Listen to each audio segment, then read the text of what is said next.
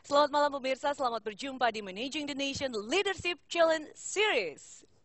Nah, malam hari ini saya akan memulai diskusi kita dengan Guru Manajemen Sejagat Peter Drucker pernah mengatakan bahwa tidak ada negara yang miskin di dunia ini.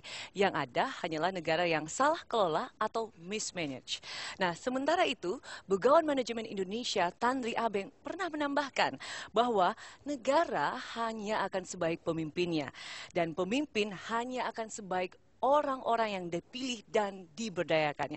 Pak Tandri, kalau saya boleh bertanya ke Bapak, apakah Peter Drucker benar bahwa negara itu tidak ada yang miskin, hanya ada negara yang salah kelola atau mismanage? Saya kira kita bisa menengok pada negara-negara tetangga kita saja tidak punya sumber-sumber daya alam seperti Singapura, Jepang pun saya kira sedikit sekali, tapi mereka maju sekali. Nah, kita ini memiliki sumber-sumber daya alam yang berlimpah.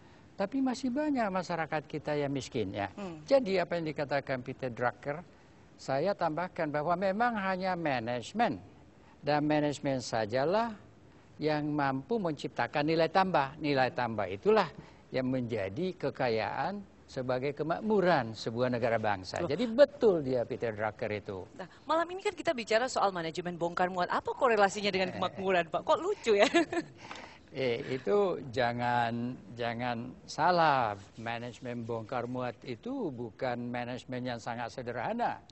Bahwa seluruh perjalanan daripada ekonomi kita itu sangat banyak dipengaruhi oleh efisiensi dari yang namanya pengelolaan kepelabuhanan sebagai bagian daripada biaya infrastruktur. Yang mungkin barangkali para ahli bisa ditanyakan berapa sih besarnya biaya infrastruktur kita itu. Baik. Gitu. Nah, mungkin dari poin itu Pak Tandri dan juga pemirsa di rumah mungkin Anda masih kurang paham apa sih fungsinya Pelindo yang ternyata sudah berubah nama menjadi Indonesian Port Corporation atau IPC. Nah, untuk membuka wacana Anda, berikut kita simak liputan yang satu ini.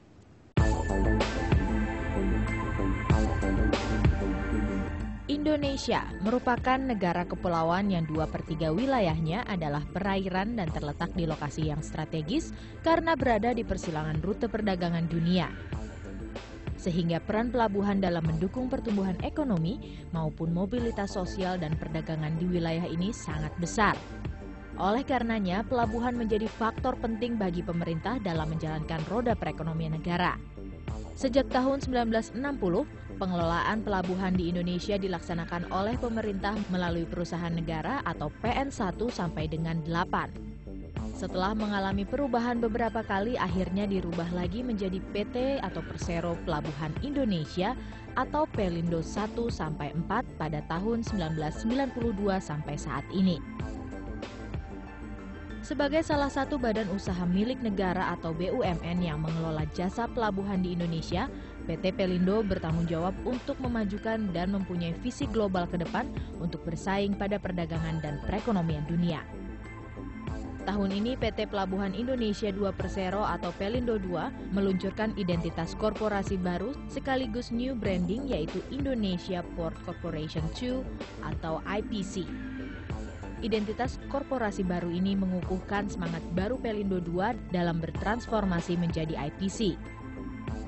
Perusahaan penyedia layanan pelabuhan di Indonesia yang lebih efisien dan modern dalam berbagai aspek operasinya guna mencapai tujuan menjadi operator pelabuhan berkelas dunia.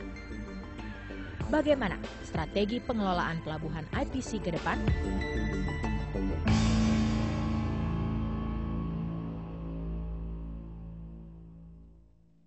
Baik pemirsa, kalau tadi Anda sudah menyimak apa yang sudah dilakukan oleh IPC atau Indonesian Port Corporation dan bagaimana perusahaan ini berperan dalam era globalisasi. Nah, untuk itu di studio sudah hadir Direktur Utama IPC Bapak Richard Joslino. Selamat malam Pak.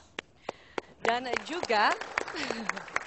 juga malam hari ini juga hadir pengamat ekonomi kita Prof. Didi Rahbini dan juga Profesor Dr. Ina Primiana. Benar ya, Prof? Namanya.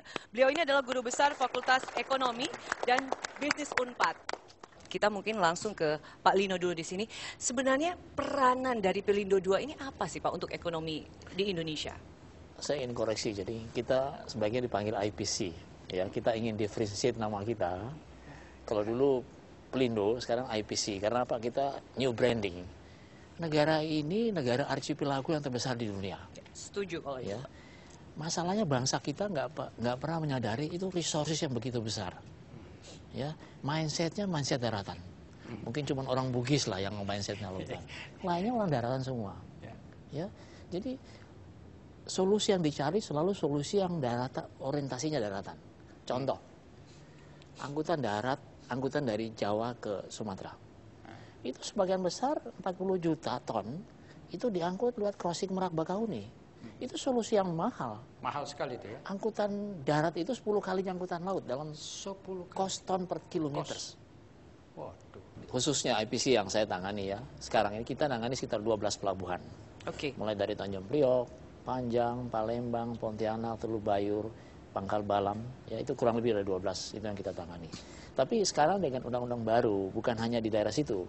Kita juga akan bikin di Sorong, bikin di Batam, bikin di Malabo, Sibolga, dan juga di Malahayati. Ya, jadi covernya sudah Indonesia. Artinya Anda bertugas untuk mengkoordinir distribusi barang di dalam dan di luar negeri. Begitu ya, Pak? Iya. Oke, dan kemudian Anda memiliki dua fungsi di sini. Ada fungsi komersil Anda sebagai BUMN dan juga fungsi layanan publik. Bagaimana Anda mensinergikan dua ini, fungsi ini?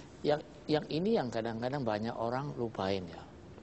IPC atau PT Pelabuhan Indonesia itu government owned company ya. Jadi yang mesti diutamakan mulai itu serve the nation. Bahwa kita ngambil profit, yes. Ya, seperti saya baru dikasih tugas 2009. Saya bilang apa? Saya akan berusaha mempunyai kontribusi yang besar untuk menekan logistik cost Indonesia. Itu tadi ya, menarik sekali. Tadi saya ingin juga elaborasi lagi bahwa karena kita terlalu banyak menggunakan transportasi darat, itu berdampak kepada biaya logistik kita tinggi sekali kan. Nah, Pak Didi darat itu akibat laut macet, kebalik. Jadi darat itu sampai begini, APBN itu habis untuk memperbaiki darat yang ditimpa truk nggak karu-karuan ini. Karena di laut macet, pelabuhan maupun angkutannya. Nah, itu kan yang dikatakan Pak Sehingga Lino tadi. Sehingga Kempraswil yang anggarannya 60 triliun nggak bisa bangun jalan apapun, hanya cuma 30 kilo, 100 kilo seluruh Indonesia. Itu akibat dari laut.